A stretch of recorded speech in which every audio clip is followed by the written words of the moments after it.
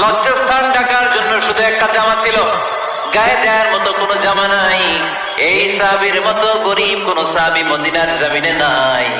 এই বেলাল রাদিয়াল্লাহু তাআলা আনহুকে বিশ্বনবী ডেকে বললেন, ইয়া বেলাল আনফিক ইয়া বেলাল লা তাখশা মিন যিল আরশি ইকলালা।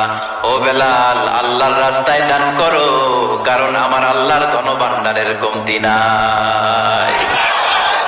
সাইয়েদনা বেলাল রাদিয়াল্লাহু তাআলা আনহু সবচেয়ে গরিব। শুনতেছেন? বুঝতেছেন? সবচেয়ে গরিব। ডাউন পার্টটা ঢাকার মতো একটা গার্মেন্ট ছিল, একটা কাপড়, এটা পেঁচায় আসতো, নামাজ পড়তো। গায়ে রাখার মতো কোনো জামা নাই, আর খাবার দাবার টাকা পয়সা বলতে নাই। ওই সাহাবীর বিষ্ণু ইসলাম বললেন, আনফিক বেলাল, বেলাল তুমিও দান করো, তুমিও দাও, দানের হাতকে প্রশস্ত করে দাও। আনফিক ইয়া ইবনা আদম উনফিক আলাই, হে বনি আদম দাও, দিলে আমি তোমারে দেব।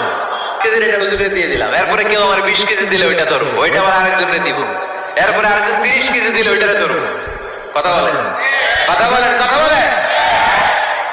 এজন্য আল্লাহ বললেন, ইনফিকুনা ফিস সাররাই ওয়াদ দাররা।